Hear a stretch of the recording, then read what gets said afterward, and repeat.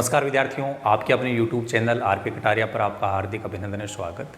आज इस वीडियो में हम बात करने वाले हैं प्रश्नावली 3.6 के सेकंड क्वेश्चन के बारे में, जिसमें 3 पॉइंट्स दिए गए हैं। यहाँ पर आप देखेंगे कि दिए गए तीनों क्वेश्चंस के लिए रैखिक समीकरण युग्म है, उसका निर्माण भी हम करेंगे, साथ साथ में उनको किस प्रकार से हल किया जाता है इसकी भी चर्चा की जाएगी। चलिए आगे बढ़ते हैं। प्रश्नावली 3.6 का दूसरा क्वेश्चन, और इसका जो पहला पॉइंट है, ऋतु धारा के अनुकूल ऋतु धारा के अनुकूल 2 घंटे में 20 किलोमीटर तैर सकती है। 20 किलोमीटर तैर सकती है और धारा के प्रतिकूल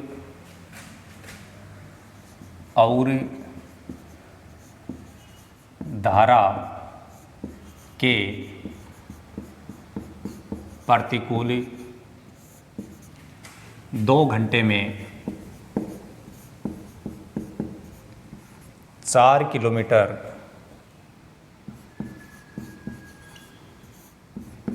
तैर सकती है।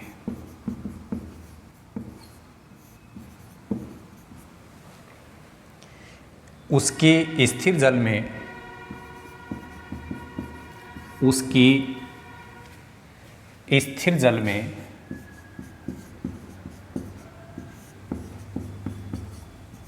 4 तथा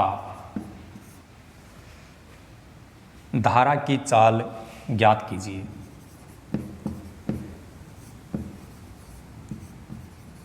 धारा की चाल ज्ञात कीजिए। ये आपका पहला पॉइंट है। पहले एक बार अपन इसको पढ़ लेते हैं, फिर समझेंगे कि क्या पूछा गया, क्या दिया गया है।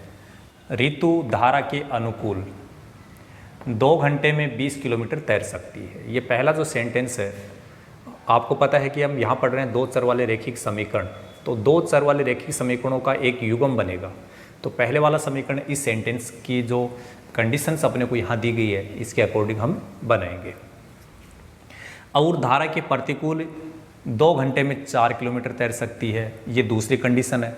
यहाँ से दूसरा समीकरण बनने वाला है। उसकी का मतलब ऋतु की बात हो रही है। ऋतु स्थिर जल में चाल, ऋतु की स्थिर जल में चाल बतानी है, साथ साथ में जो धारा है उसकी चाल हमें बतानी है। तो हम क्या करेंगे, दोनों की चालों को पहले मान लेते हैं।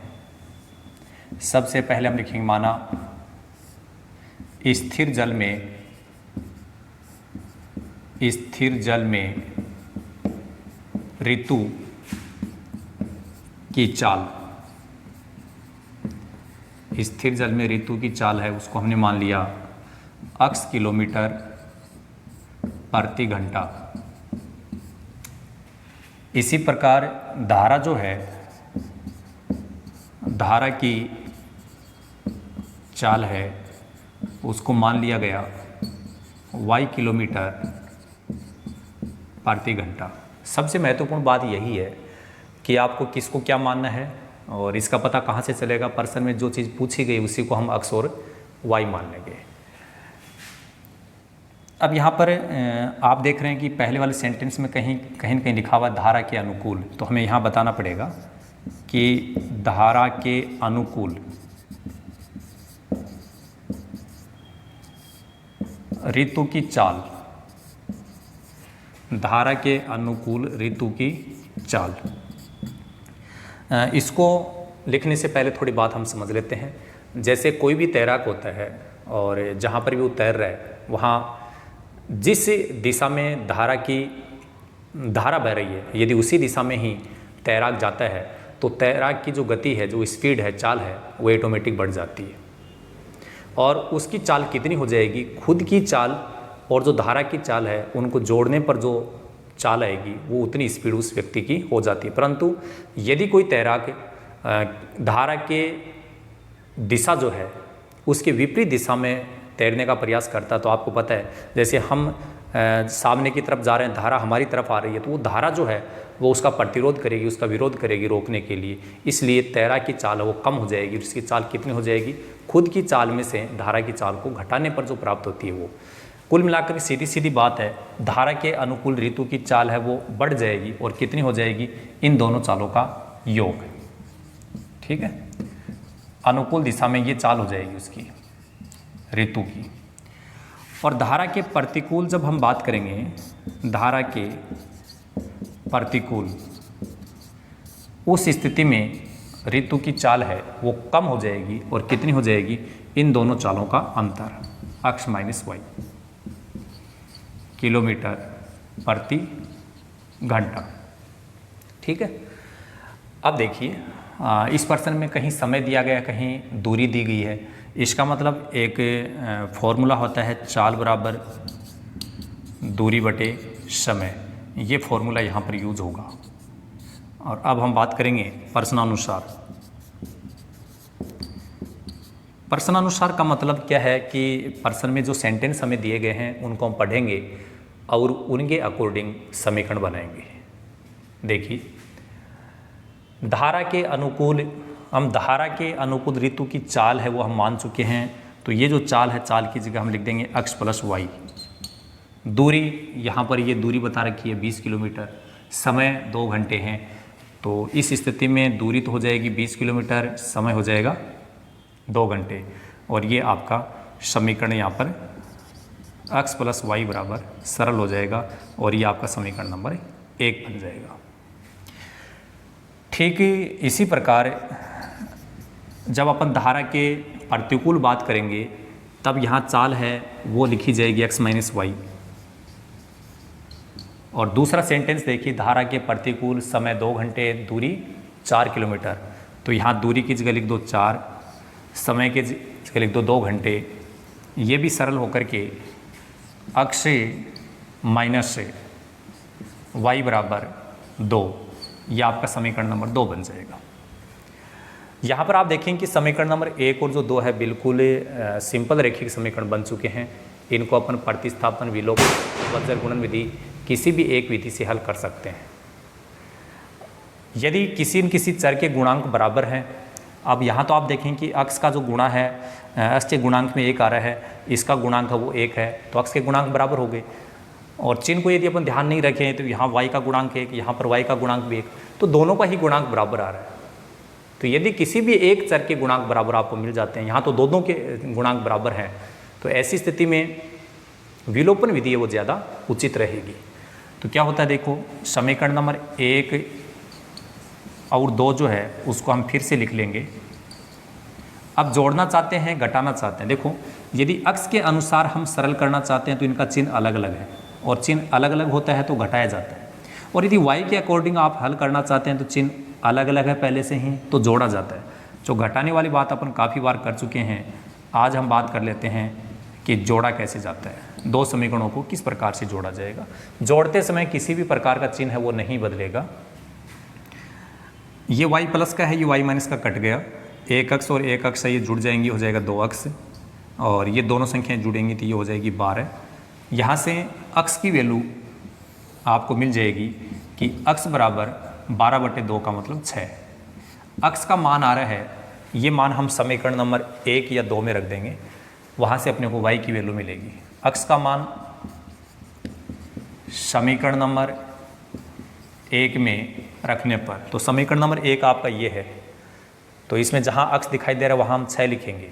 x का मान 6 प्राप्त कर चुके हैं, तो 6 x की जगह 6 लिखेंगे, आगे ऐसा कैसा नोट कर देंगे, तो ये हो जाएगा 6 प्लस y बराबर 10, और y का मान हो जाएगा 10। 6 इधर पक्षांतरण होगा तो माइनस का हो जाएगा, और y का मान कितना हो जाएगा 4। x का मान आ गया, y का आ गया। जैसा आप देख रहे हैं, x हमने किसको माना था?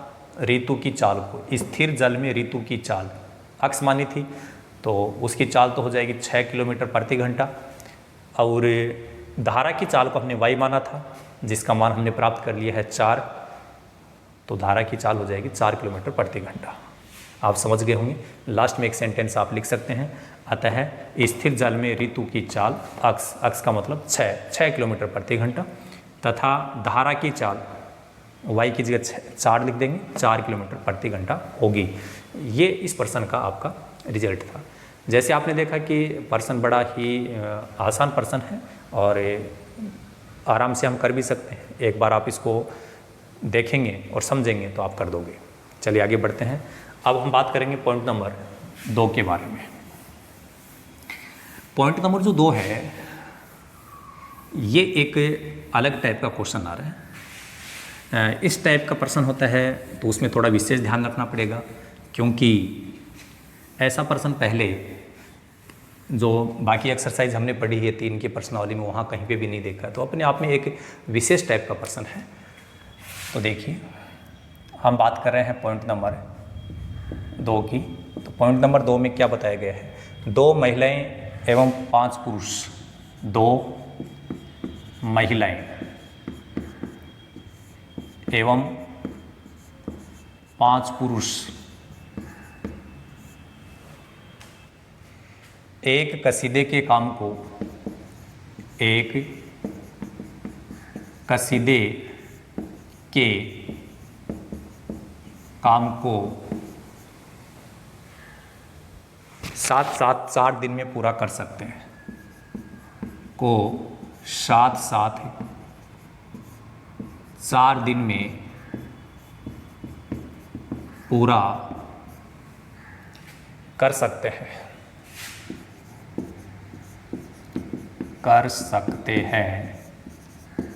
जबकि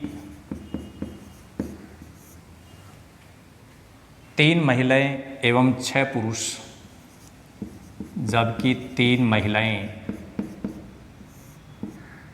एवं 6 पुरुष इसको 3 दिन में पूरा कर सकते हैं, इसको 3 दिन में पूरा कर सकते हैं।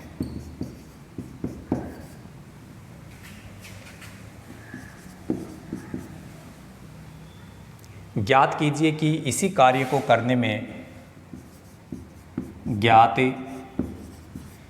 कीजिए कि इसी कार्य को करने में एक अकेली महिला कितना समय लेगी, एक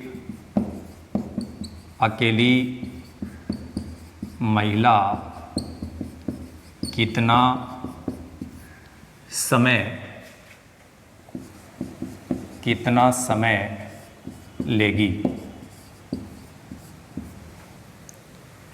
इसी में फिर से पूछा गया है, पुनः इसी कार्य को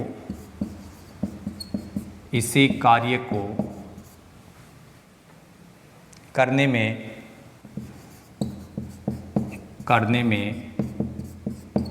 एक पुरुष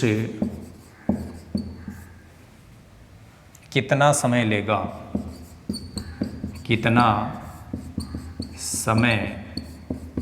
लेगा, ये आपका क्वेश्चन है। पहले थोड़ा इसको समझ लीजिए। 2 महिलाएं एवं 5 पुरुष एक कसीदे के काम को, एक काम है, कोई भी काम है जिसको यहाँ बता रखा है कसीदे का काम, इसको जब 2 महिलाएं एवं 5 पुरुष मिलकर के करते हैं साथ में, तो उसको 4 दिन में पूरा कर सकते हैं। ये आपका पहला सेंटेंस है। पहले सेंटेंस से पहला समीकरण बनेगा, ये बात क्लियर है। जबकि 3 महिलाएं, अब कंडीशन चेंज कर दी कि मान लीजिए 3 महिलाएं हैं और 6 पुरुष हैं, और ये सब मिलकर के इसको का मतलब इसी काम को, कसीदे के काम को 3 दिन में पूरा कर सकते हैं। ज्ञात कीजिए कि इसी कार्य को करने में एक अकेली महिला कितना समय लेगी, पुनः इसी कार्य को करने में एक पुरुष ने कितना समय लेगा। तो हमें इसके अकॉर्डिंग, भाषा के अकॉर्डिंग समझ पाए कि एक अकेली महिला है उस काम को कितने दिन में कर सकती है, और अकेला पुरुष है वो उस काम को कितने दिन में कर सकता है, वो हम मान लेते हैं। माना एक महिला इस काम को करेगी कितने दिन में? x दिन में। हमने ऐसा मान लिया कि अकेली महिला यदि करती है तो उसको उस पूरे काम को कंप्लीट करने में x दिन लगेंगे। इसी प्रकार एक पुरुष जो है वो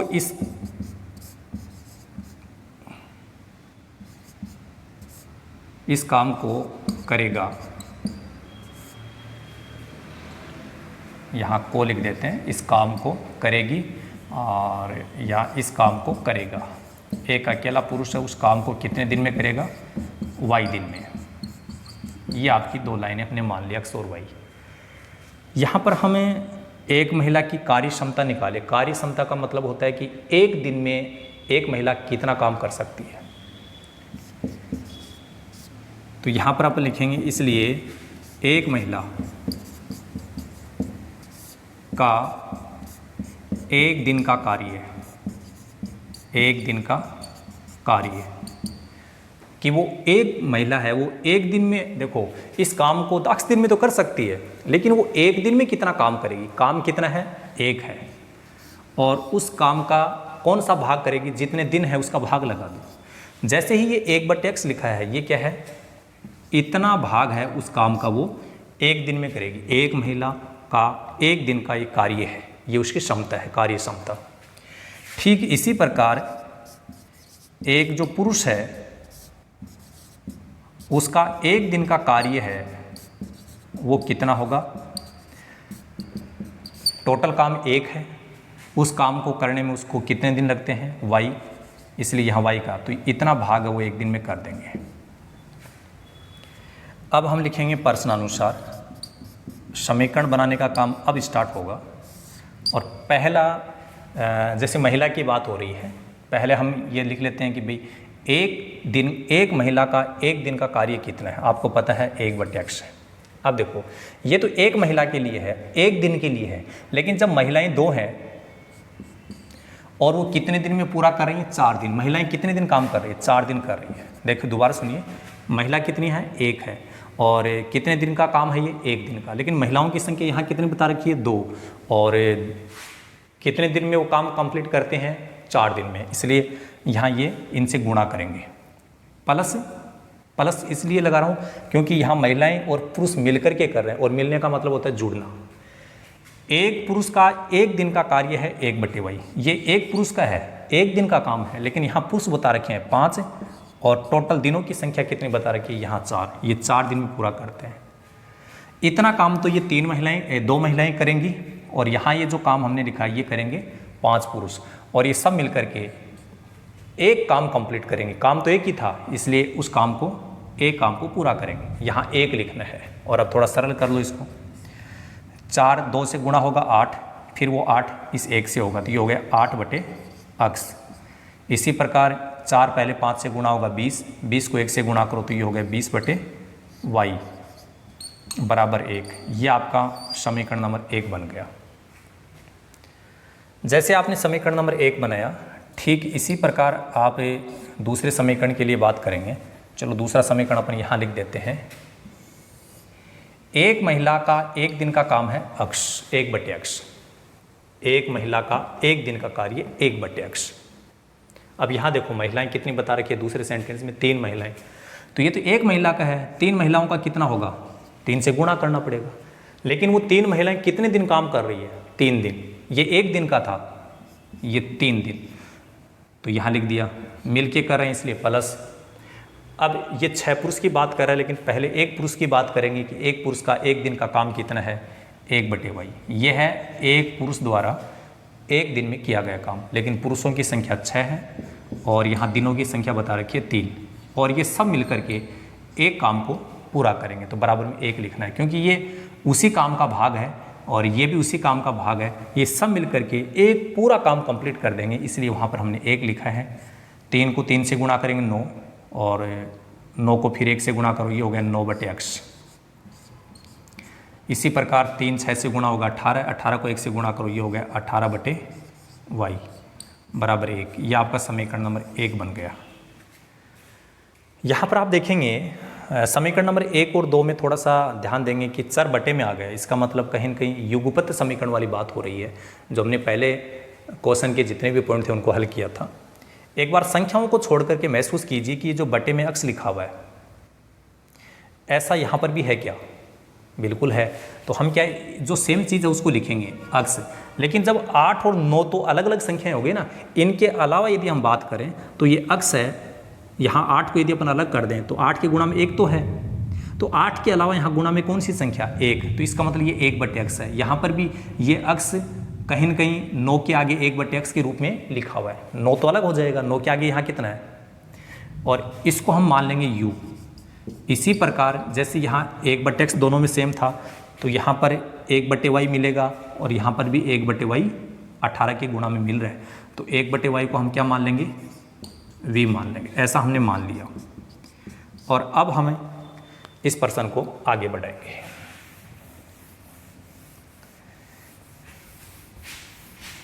प्रश्न है आसान, लेकिन इसकी जो भाषा है, इसमें दी गई जो क्वांटिटी है उसका अपने को ध्यान रखना पड़ेगा। चलिए सबसे पहले 8 लिख दो, और 8 के अलावा यहाँ बच गए 1/x, जिसको आप u मान चुके हो, तो 8 के आगे u। इसी प्रकार यहाँ पहले 20 लिखो, 20 के अलावा यहाँ क्या बचेगा? 1/y, जो कि माना गया है v, इसको v लिख दो, और बराबर में यहाँ कितना है? 1 है। इसको हम समीकरण नंबर 3 बना देंगे। 1 और 2 हम बना चुके हैं। इसी प्रकार यहाँ 9 लिख दो, और 1/x है उसकी जगह u लिख दो, तो यहाँ लिखेंगे 9u प्लस 18 के आगे आ जाएगा v, 18v बराबर 1। इसको हम समीकरण नंबर 4 बना देंगे। अब इन दोनों को अपन कैसे सरल कर सकते हैं? इसको सरल करने के कई तरीके हैं। हो सकता है हम प्रतिस्थापन विधि से इसको हल करना चाहें, या अपने इसको विलोपन विधि से। तो यदि गुणांक आप किसी चर के बराबर बना लेते हो या पहले से है, तो वहाँ पर विलोपन विधि है वो ज़्यादा बेस्ट रहेगी। हम अक्स के गुण यहाँ u के गुणांक देख रहे हैं, बराबर नहीं है, v के भी नहीं है, कोई बात नहीं है। हम क्या करेंगे? इनके गुणांकों को बराबर बना लेंगे। ऊपर वाला जो समय, यदि हम u के गुणांक बराबर बनाना चाहते हैं तो इस समीकरण को हम 9 से गुणा कर देंगे, और नीचे वाले समीकरण को हम 8 से गुणा कर देंगे। आपको पता है ऐसा करते ही गुणांक बराबर बन जाएंगे। चलो इसको 9 से गुणा करो, इसको 9 से गुणा करेंगे। 9 से क्यों कर रहा हूँ? यहाँ 9 आ रहा है। ऊपर वाले समीकरण को इस 9 से गुणा कर दो, नीचे वाले समीकरण को 8 से कर दो, तो u के गुणांक बराबर बन जाएंगे। तो इसको हम 9 से गुणा कर रहे हैं, तो 9 8 72 u। 9 को यहाँ गुणा करेंगे तो 180 v, और 9 को यहाँ गुणा करेंगे तो 9। इस समीकरण को हमें 8 से गुणा करना है। यहाँ 8 आ रहा है, उल्टा काम करना है। इसको 8 से करेंगे 9 8 72 u, और इसको हम गुणा करेंगे 8 से, तो ये हो जाएगा 144 v, और 1 को 8 से गुणा करेंगे 8 ही। जिनके गुणांक आपने यहाँ बराबर बनाए हैं उनका चिन्ह एक जैसा है, इसलिए इन दोनों समीकरणों को आपको घटाना पड़ेगा। तो यहाँ लिख दो घटाने पर। एक बार फिर बता दूं, 3.3 की प्रश्नावली या विलोपन विधि 3.4 जब हमने स्टार्ट की थी, वहाँ पर बताया था कि जिनके गुणांक बराबर हैं और उनका चिन्ह एक जैसा है तो वहाँ घटाया जाएगा, और घटाएंगे तो उनका चिन्ह बदलेंगे। ये माइनस हो जाएगा, ये भी माइनस और ये भी माइनस। ये दोनों तो कट जाएंगे, क्योंकि जितना प्लस का है 72u, वैसे ही 72u माइनस का है, और ये प्लस की संख्या ये माइनस की है चिन्ह बदलने के बाद, तो इसमें से ये घटाएंगे तो यहाँ बच जाएगा अपने पास में, ये v तो आना ही है, 10 में से 4 घटाएंगे 6, और ये 36 बच जाएगा, प्लस का 36v, और यहाँ 9 में से 8 घटेगा तो 1। अब अपने v का मान निकालेंगे तो v बराबर कितना आ जाएगा? 1/36। ये 36 1 के बटे में चला जाएगा, v का मान आ गया। ठीक है। अब v का मान आपको समीकरण नंबर जो 3 और 4 है उसमें किसी भी एक समीकरण में रखना होगा। v का मान मान लीजिए समीकरण नंबर हम 3 में रखना चाहते हैं, तो यहाँ से स्टार्ट करो 8u प्लस 20 गुणा v की जगह लिखेंगे 1/36 बराबर 1। 4 के पाड़े से ये संख्या कटेगी, 4 5 20 और 4 9 36, या 8u प्लस यहाँ बच गया 5/9 बराबर 1। पहले इस 5/9 का इधर पक्षांतरण करेंगे तो 1 - 5/9। अगले स्टेप में देखिए 8u बराबर क्या होगा, इसको सरल कर दो, 9 को 1 से गुणा करेंगे 9, और 9 में से सीधा 5 घटा दो 4, ये बनेगा 4/9, इधर 4/9। जब हम u की वैल्यू निकालेंगे तो पहले तो लिखेंगे 4/9, और ये जो संख्या है ये गुणा वाली संख्या, ये यहाँ भाग में आ जाएगी बटे में, और 4 से ये कट जाएगा 2 बार, यहाँ 1 है, ये हो जाएगा 1/18। u की वैल्यू हो गई 1/18 और v की वैल्यू हो गई 1/36। लेकिन आपको पता है कि हमारे जो समीकरण बन रहे थे मेन 1 और 2, वहाँ पर चर कौन आ रहा था, अक्स वाई, और हमने माना भी क्या था, एक महिला उस काम को कितने दिन में कर सकती है, अक्स दिन में, तो हमने एक्स और वाई माना था। तो जहाँ आपने u और v माना है उन पदों को देखिए कि 1/x को आपने क्या मान रखा है, u मान रखा है, इनमें अपने को फिर से वैल्यू रखनी पड़ेगी।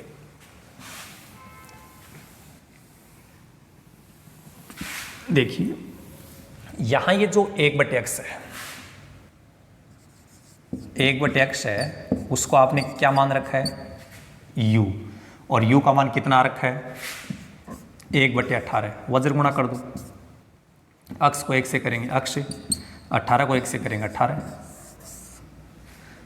ये हो गया 18। इसी प्रकार 1/y जो है इसको v मान रखा है, v का मान आया था 1/36, तो जब वज्र गुणा करेंगे तो y बराबर आ जाएगा 36। अक्स क्या था, एक महिला उस काम को कितने दिन में करती है, उसको हमने x माना था, अतः एक अकेली महिला उस काम को अक्स दिन माना था, इसलिए हम लिखेंगे 18 दिन में पूरा कर सकती है, 18 दिन में पूरा करेगी। इसी प्रकार एक अकेला जो पुरुष है वो उस काम को कितने दिन में करेगा, 36 दिन में, 36 दिन में पूरा करेगा। ये आपका प्रश्न इस प्रकार से कंप्लीट होगा, तो इसको आप थोड़ा सा गौर करके समझेंगे और फिर से इसको एक बार नोट करेंगे। चलिए अब इस प्रश्नावली का अंतिम क्वेश्चन जो है उसकी हम बात करेंगे। ये अब आपका लास्ट क्वेश्चन होगा, पॉइंट नंबर 3। पॉइंट नंबर 3 में देखिए, रूही किसी का नाम है, रूही 300 किलोमीटर दूरी पर स्थित अपने घर जाने के लिए, दूरी पर स्थित अपने घर जाने के लिए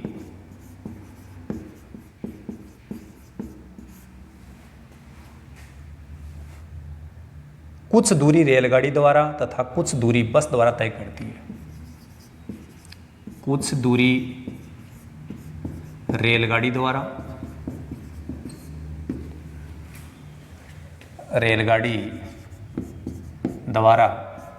तथा कुछ दूरी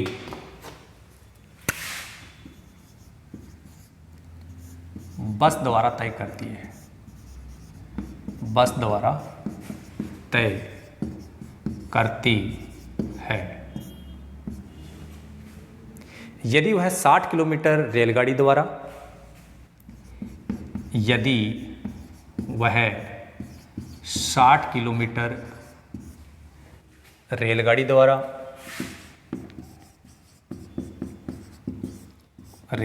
द्वारा तथा शेष दूरी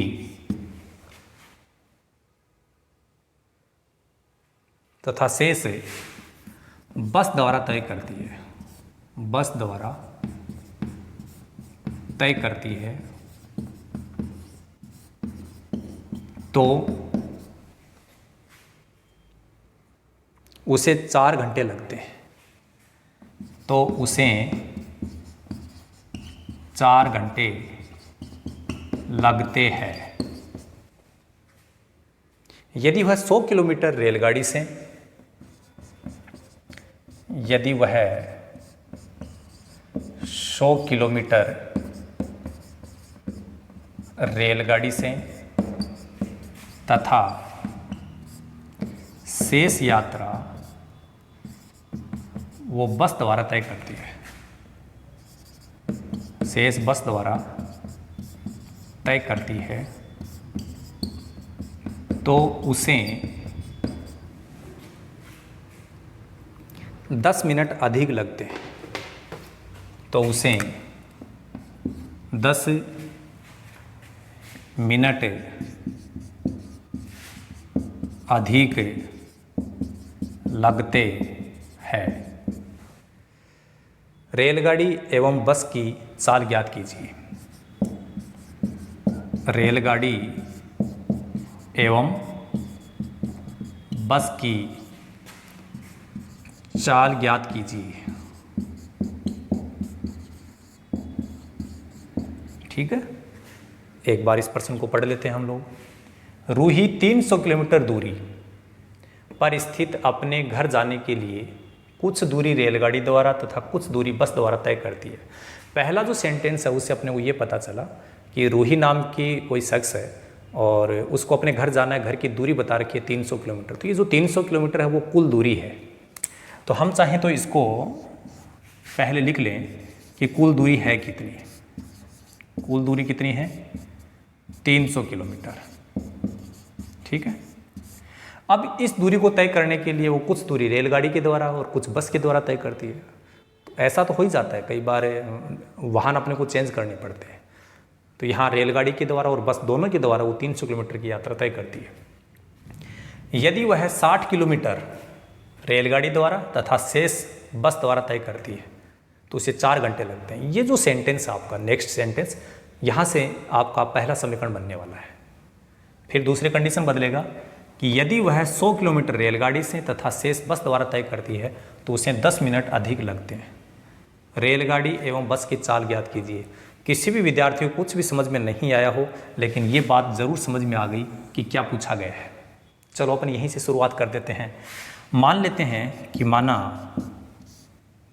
रेलगाड़ी की चाल है, रेलगाड़ी की चाल उसको हमने मान लिया 80 किलोमीटर प्रति घंटा, और जो बस है, बस की चाल को मान लिया हमने y किलोमीटर प्रति घंटा। अब देखिए, एक फॉर्मूला मैं पहले लिख देता हूँ कि यहाँ प्रश्न में आप देखेंगे कि कहीं न कहीं दूरी भी दिया गया है, चाल भी अपने को चाल हमने मान ली है, और कहीं न कहीं अपने को समय दिया गया है। तो एक सूत्र होता है चाल बराबर दूरी बटे समय। लेकिन उसने देखो यहाँ एक बात बता दूं कि कुल ये बताया है कि उसको टोटल समय कितना लगता है दोनों यात्राओं के द्वारा, रेलगाड़ी और बस के द्वारा। तो समय अपने को विशेष दिया गया है। तो हम यहाँ से समय का जब मान निकालेंगे तो समय का सूत्र क्या हो जाएगा? समय बराबर हो जाएगा दूरी बटे चाल। तो अपन इस फॉर्मूले को यहाँ यूज लेंगे। अब देखो, ये पहला जो सेंटेंस था 300 किलोमीटर की दूरी पर स्थित अपने घर जाने के लिए, तो 300 किलोमीटर तो हम लिख चुके हैं, ये तो टोटल दूरी है। अब दूसरा सेंटेंस देखो, वह 60 किलोमीटर रेलगाड़ी द्वारा। अब थोड़ा समझना, 60 किलोमीटर क्या है भाई? दूरी है। ये चलो ये दूरी लिख दी, और किसके द्वारा तय की जा रही है? रेलगाड़ी के द्वारा। रेलगाड़ी की चाल कितनी है? अक्स है, तो हमने यहाँ लिखा है दूरी बटे चाल। रेलगाड़ी के द्वारा कितनी दूरी हुई तय? 60 किलोमीटर। चाल कितनी है? अक्स। तो इसको इतना समय लगेगा। अब 60 किलोमीटर तो उसने रेलगाड़ी के द्वारा तय कर दी, लेकिन टोटल दूरी 300 थी। अब 60 अपन 300 में से कम कर देंगे, 240 बचेगी। और ये 240 किलोमीटर की दूरी है वो किससे तय की जाएगी? बस के द्वारा। और बस की चाल कितनी है? यहाँ मान रखिए y किलोमीटर। तो दूरी बटे चाल, बस के द्वारा उसने 240 किलोमीटर की यात्रा तय की, और चाल उसकी ये है ही। इन दोनों को मिला करके ये भी समय है। दूरी बट्टे चाल क्या होता है? दूरी बट्टे चाल का मतलब होता है समय। बस रेलगाड़ी के द्वारा उसको इतना समय लगेगा, चाहे कितने भी घंटे हों, वो यहाँ पर उसको इतना समय लगेगा बस के द्वारा। और ये दोनों जो टोटल समय है वो इस पर्सन ने बता रखा है 4 घंटे, तो यहाँ पर हम लिखेंगे 4 घंटे। ये आपका समीकरण नंबर 1 बन गया। जैसे आपने समीकरण नंबर 1 बनाया, ठीक ऐसे ही दूसरे सेंटेंस से समीकरण नंबर 2 बनेगा, उसको भी समझना होगा हमें।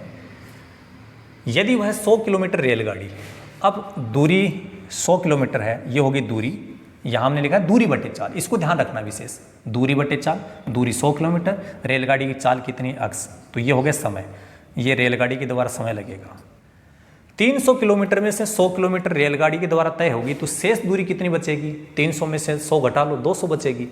तो 200 किलोमीटर की यात्रा वो बस के द्वारा तय करेगी, और बस की चाल कितनी है? वाई। तो ये हो गया दूरी बटे चाल, बस के द्वारा 200 किलोमीटर की यात्रा करेगी, चाल उसकी वाई है, तो ये वाई और बराबर समय। तो बस द्वारा तय करती है तो उससे 10 मिनट अधिक लगते हैं।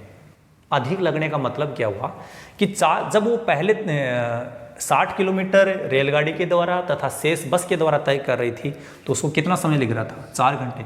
तो कह रहा 4 घंटे तो अब भी लगेंगे, लेकिन पहले से 10 मिनट अधिक लग रहे हैं, तो ये 4 घंटे तो पूरे पूरे हो गए। और 10 मिनट है ये, इस मिनट को अपन घंटे में चेंज कर लेंगे इससे। 60 का भाग है, 1 घंटे में 60 मिनट होते हैं, तो 0 से 0 कट गया, तो 4 घंटे ये हैं और 1/6 इतने घंटे बन गए किसके? 10 मिनट के, तो इतना समय लगेगा। अब इसको आप क्या करेंगे? मिश्र भिन्न बन गई, मिश्र भिन्न को साधारण भिन्न में बदल के लिख दो। 4 को 6 से गुणा कर लो, 24, फिर 1 जुड़ेगा 25, तो ये बन जाएगा 25/6, और ये आपका समीकरण नंबर 2 बन गया।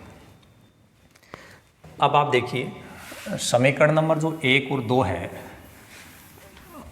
उसके लिए किस प्रकार से हम काम करेंगे। समीकरण नंबर 1 में भी आप देखेंगे कि बटे में अक्स आ रहा, दोनों जगह 2 में भी आ रहा है, यहाँ 1/y भी आ रहा है, y भी आ रहा है, बटे में, दोनों बटे में आ रहा है, तो अक्स बटे में आ रहा है। तो आप क्या करेंगे यहाँ मानेंगे अक्स बटे में तो है, लेकिन यदि 60 को अपन अलग कर दें, या यूँ कहें कि 60 के गुणा में यहाँ कितना बच रहा है? 1। 60 तो हमें लिखना नहीं है, 100 भी नहीं लिखना है, क्योंकि ये दोनों चीज़ें अलग अलग आ रही है। 60 के अलावा गुणा में यहाँ 1 बचेगा, तो ये 1/x बनेगा, और इधर y जो आ रहा है वो 1/y बोला जाएगा, क्योंकि 240 के आगे गुणा में 1 है, इसलिए ये भी 1/y, यहाँ पर भी 200 के गुणा में 1 तो है ही, तो ये भी 1/y, 1/y। इसको आपको मानना है u और इसको मानना है आपको v। अब देखो 60 लिख दो और बाकी जो 1/x बच गया वहाँ u लिख दो, तो ये हो गया 60u प्लस यहाँ 240 तो है ही, और 1/y को क्या लिख देना? 240, और ये हो जाएगा v। 1/y की जगह हम क्या लिख देंगे? v बराबर में आ रहा है 4।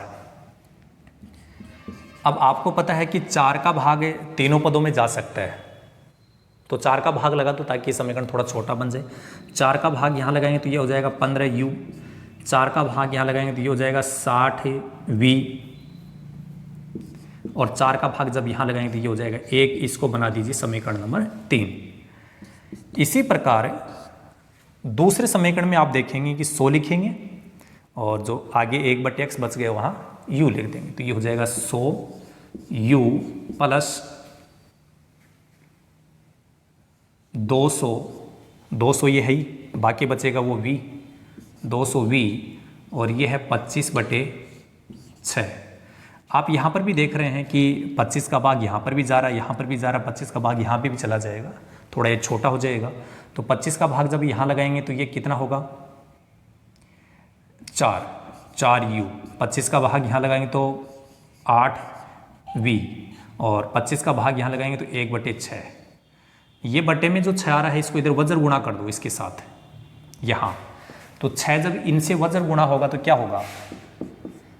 24u प्लस 48v बराबर 1। ध्यान हो गया होगा कि क्या किया, ये 6 है, इधर क्रॉस मल्टीप्लाई कर दिया इनसे, क्योंकि इसके बटे में तो 1 है ही, तो 1 तो 1 से गुणा करके 1 ही बनाएगा, 6 को इधर गुणा किया। ये समीकरण नंबर आपका 4 बन गया। समीकरण नंबर 3 और 4 को एक बार आप चेक करो, क्या किसी न किसी की गुणांक बराबर है या नहीं है। तो समीकरण नंबर 3 में देखिए आप, और 4 में देखिए न u के गुणांक बराबर है न v के। यदि हम इसको विलोपन विधि से हल करना चाहते हैं, गुणांक बराबर बना लो, बिल्कुल सिंपल तरीका है। समीकरण नंबर 3 में जैसे u के गुणांक बराबर बनाना चाहते हैं, तो यहाँ इस समीकरण को हम क्या करेंगे, u का जो गुणांक का 24 इससे गुणा कर देंगे। देखो क्या कर रहा हूं मैं, थोड़ा सा लिख देता हूं। समीकरण नंबर जो 1 है, यहाँ u का गुणांक 15, यहाँ u का गुणांक कितना 24, तो समीकरण नंबर 1 को तो आप 24 से गुणा कर दो। और समीकरण नंबर जो 2 है, यहाँ 24 आ रहा है, लेकिन अपन इससे गुणा करेंगे 15 से, उल्टा काम करना है। समीकरण नंबर 1 को यहाँ वाली संख्या से गुणा करेंगे और समीकरण नंबर 2 को यहाँ वाली संख्या से गुणा करेंगे। और अब गुणा करके समझ लेना, समीकरण नंबर 1 को हम 24 से कर रहे हैं, तो समीकरण नंबर 1 तो ये है, गुणा करो 24 5 120, 24 एकम 24 और 12 36, ये हो जाएगा 360 u। फिर 24 को यहाँ गुणा करो, ये हो जाएगा 144 0v। हमने क्या किया, 24 से इसको गुणा कर दिया, अब जितना भी आ रहा है उतना आने दो। और 24 को 1 से गुणा करेंगे तो ये हो गया 24। अब देखो समीकरण नंबर 2 को हमसे कितने से गुणा करने के लिए बोला है, 15 से। 15 को यहाँ गुणा करेंगे तो ये बनेगा 15 4 60, 15 2 30 और 36, ये भी 360 u बन जाएगा। 15 को यहाँ गुणा करो, 15 8 120, 15 चौका 60 है और 12 172 हो जाएगा, सॉरी, बराबर 15 को यहाँ गुणा करेंगे, ये 15। अब देखो u के गुणांक बराबर बन गए और चिन्ह इनका जो निशान है वो एक जैसा है, तो क्या करेंगे, घटा देंगे इनको, माइनस माइनस माइनस, ये प्लस का है ये माइनस का है तो कट गया, इसमें से ये घटाएंगे 0, 4 में से 2 घटाएंगे 2, 14 में से 7 घटाएंगे 7, तो ये 720, यहाँ v है यहाँ v है तो यहाँ v तो बचेगा ही, 720 v बच गया। और 24 में से 15 घटाएंगे तो यहाँ बचेगा 9। अब अपन मान निकालना चाहते हैं v का, v बराबर हो जाएगा 9/720। 9 के पाड़े में बेहतर आता है, इसलिए 9 के पाड़े से सीधा काट दो। 9 का पाड़ा है, यहाँ एक बार बोलने पर 9 आएगा, यहाँ 8 बार, तो ये हो गया 1/80। v का मान कितना हो गया, 1/80। अब ये जो v का मान आ रहा है वो अपन कहाँ रखेंगे, समीकरण नंबर जैसे 3 आपने बनाया है, 4 बनाया है, जहाँ v आ रहा है वहाँ रख दो। समीकरण नंबर 3 में रखो चाहे 4 में रखो, कहीं पे भी रख दो। v का मान समीकरण नंबर 4 में रखने पर, तो चलो 4 हमने ये लिख दिया है तो यहाँ रख देते हैं। और यदि कोई 3 में रखना चाहता है, चलो 3 में रख देते हैं, संख्याएँ कुछ छोटी आ रही है, सरल करने में थोड़ी सुविधा रहेगी। तो 15u प्लस 60 है v का मान आ रहा है 1/80 और बराबर में यहाँ 1, 0 से 0 कट गया, 2 के पाड़े से ये कट जाएगा 3 और ये हो जाएगा 4। 15u प्लस यहाँ बच गया 3 को 1 से गुणा कर दो, 3/4 बराबर 1। इस 3/4 को उधर पक्षांतरण कर दो, 15u बराबर 1 - 3/4। कई बार मैं आपको बता चुका हूँ कि 3/4 का मतलब 3 पाव होता है, और 1 किलो में से 3 पाव घटा देंगे तो 1 पाव बचेगा, 1 पाव का मतलब 1/4। तो इसको सरल करेंगे तो आगे आएगा 15u बराबर 1/4। हमें तो u की वैल्यू निकालनी है, तो 1/4 तो था ही, ये 15 जो गुणा में है वो यहाँ भाग में आ जाएगा, और यहाँ से u की वैल्यू हो जाएगी कितनी, 1/60। u की वैल्यू आ गई, v की भी आ गई, लेकिन हमें u और v का मान नहीं निकालना था। हमने तो यहाँ रेलगाड़ी की चाल को अक्ष मान रखा है, बस की चाल को y मान रखा है, तो मान निकालना किसका है, अक्ष और y का निकालना है। तो आपने कहीं न कहीं 1/x को 1/y कुछ माना था, उस स्टेप पे ध्यान देंगे और इस स्टेप को ध्यान में रखते हुए हम आगे बढ़ेंगे। देखो आपको पता है कि 1/x को हमने कुछ माना था, 1/x को हमने माना है कितना, u, और यहाँ देखो u की वैल्यू कितनी आ रखी है, 1/60। इसको वज्र गुणा कर दो, अक्ष को 1 से करेंगे तो ये अक्ष हो गया, ये हो गया 60, अक्ष का मान 60 आ गया। इसी प्रकार जैसे 1/y है, इसको v माना रखा, यहाँ v माना गया है, v की वैल्यू वहाँ आ रखी है 1/80, ये हो गया। वज्र गुणा करेंगे तो y बराबर हो जाएगा 80। अक्ष हमने किसको माना था, रेलगाड़ी की चाल को, तो हम लिखेंगे अतः रेलगाड़ी की जो चाल है वो तो हो जाएगी कितनी, 60 किलोमीटर प्रति घंटा, 60 किलोमीटर प्रति घंटा। और बस की चाल है वो कितनी हो जाएगी, बस की चाल हो जाएगी 80 किलोमीटर प्रति घंटा। कई विद्यार्थी ज़्यादा सोचने लग गए यार बस की स्पीड तो ज़्यादा है तो है, क्योंकि स्पीड तो जो चलाने वाला ड्राइवर उस पर डिपेंड कर रहा है, हो सकता है रेलगाड़ी धीरे चल रही हो, हमें इसकी टेंशन नहीं करनी है। तो इसी प्रश्न के साथ है आपकी प्रश्नावली जो तीसरे चैप्टर चल रहा था हमारा 2 चर वाले रैखिक समीकरण है वो समाप्त होता है। और 3.6 की एक्सरसाइज है वो तो समाप्त होनी थी जब पूरी प्रश्नावली समाप्त हो गई है। जिन विद्यार्थियों ने अभी तक इस चैप्टर को नहीं देखा है, जिन लोगों को अभी तक ये समझ में नहीं आया है, तो हमने यूट्यूब पे चैनल पर, आपका जो यूट्यूब चैनल है आरपी कटारिया, उस पर हमने इस चैप्टर के सभी वीडियोज़ है वो अपलोड कर दिए हैं, एग्जाम्पल्स हों चाहे क्वेश्चंस हों, तो वहाँ पर आपको ये सब के सब है एक साथ में वीडियो मिल जाएंगे। इसके लिए हमने प्ले लिस्ट भी बना रखी है, आप डायरेक्ट क्लास 10th की जो प्ले लिस्ट बना रखी है वहाँ पर जाइए और वहाँ पर आपको तीसरे चैप्टर के सभी वीडियोज़ एक साथ मिल जाएंगे।